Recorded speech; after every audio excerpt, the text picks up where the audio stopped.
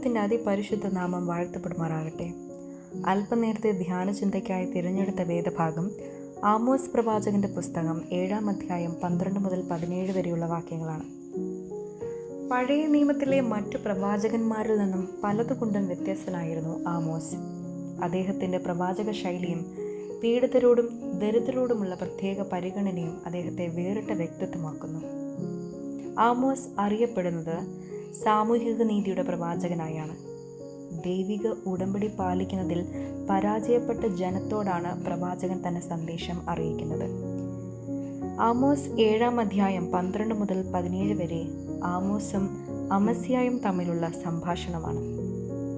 Amos യഹൂദ രാജ്യത്ത് ജനിച്ച് ഇസ്രായേലിലെ ബഥേലിൽ പ്രവാചക ശുശ്രൂഷ നിർവഹിക്കുവാൻ വിളിക്കപ്പെട്ടവനാണ്. അതുകൊണ്ടാണ് ബഥേലിലെ പുരോഹിതനായ അമസ്യാവ് അദ്ദേഹത്തോട് സ്വദേശത്ത് പോയി പ്രവാചക ശുശ്രൂഷ ചെയ്യുവാൻ ആവശ്യപ്പെടുന്നത്. പ്രവാചകന്റെ ശുശ്രൂഷ ജീവിതം അത്ര എളുപ്പമായിരുന്നില്ല. അധികാരികളോടും പുരോഹിതന്മാരോടും വലിയ പോരാട്ടങ്ങൾ നടത്തേണ്ടി വന്നു. ആമോസിന്റെ പ്രവാചക ശുശ്രൂഷ ആരംഭിക്കുന്നത് ഇസ്രായേലിൽ യെരോബെയാം രണ്ടാമൻ ഭരിക്കുന്ന കാലത്താണ്. ഈ കാലഘട്ടം താരതമ്യേന സമാധാനപരവും സാമ്പത്തികമായി സമൃദ്ധവുമായിരുന്നു. എന്നാൽ അവരുടെ വിശ്വാസം, ആരാധന, നീതിബോധം എല്ലാം അർത്ഥം നഷ്ടപ്പെടുകയും അവർ അന്യദേവന്മാരെ ആരാധിക്കുവാനും തുടങ്ങി. ഉടമ്പടി സമൂഹം എന്ന നിലയിൽ അവർ ദൈവത്തോട് അകന്നു. ആമോസ് പ്രവാചകന്റെ സന്ദേശം ഇതൊക്കെ ചൂണ്ടിക്കാണിക്കുന്നതും ദൈവം ബഥേലിലെ ബലിപീഠങ്ങളെ ഉന്മൂലനം ചെയ്യും എന്നതുമായിരുന്നു. ഇതെല്ലാം വളരെ അസൗകര്യവും രാജ്യത്തിൻ്റെ സാമ്പത്തികവും രാഷ്ട്രീയവും മതപരവുമായ സമനിലയെ അസ്വസ്ഥമാക്കുന്നതുമായിരുന്നു. അമസ്യാവ് ആമോസിനെ രാജാവിനും രാജ്യത്തിൻ്റെ ക്ഷേമത്തിന് ഭീഷണിയായും ചിത്രീകരിച്ച് ബഥേലിൽ നിന്നും യഹൂദിയിലേക്ക് അയക്കുവാനും ശ്രമിക്കുന്നു. ആമോസിനെ പ്രവാചകന് പകരം ദർശക എന്ന് വിളിക്കുന്നതിലൂടെ ആമോസിൻ്റെ സന്ദേശത്തിന് യാതൊരു സാധുതയുമില്ല എന്ന് അവകാശപ്പെടുന്നു. എന്നാൽ ആമോസ് ഭയരഹിതനായി പറയുന്നു, ഞാൻ പ്രവാചകനുമല്ല, പ്രവാചക ശിഷ്യനുമല്ല, ഇടയനും കാട്ടത്തിപ്പഴം പെറുക്കുന്നവനും അത്രേ. ദൈവവിളി അനുസരിച്ച് ദൈവവചനം പ്രഘോഷിക്കുവാൻ അത്രയും വന്നത് എന്നും ആമോസ് പറയുന്നു. കേവലം ഒരു ഇടയനും കാട്ടത്തിപ്പഴം പെറുക്കുന്നവനുമായവനെ ദൈവം തൻ്റെ നിയോഗത്തിനായി ഉപയോഗിക്കുന്നു. ആമോസ് അത് ധൈര്യത്തോടും പ്രതിബദ്ധതയോടും നിറവേറ്റുന്നു.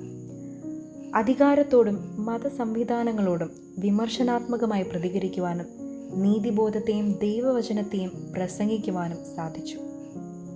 അമസ്യാവിന് സ്ഥാനവും സമ്പത്തും അധികാരവും പ്രശസ്തിയും ഉണ്ടായിരുന്നു. എന്നാൽ ആമോസിന് ബലം നൽകിയത് ദൈവത്തിൻ്റെ വചനമാണ്.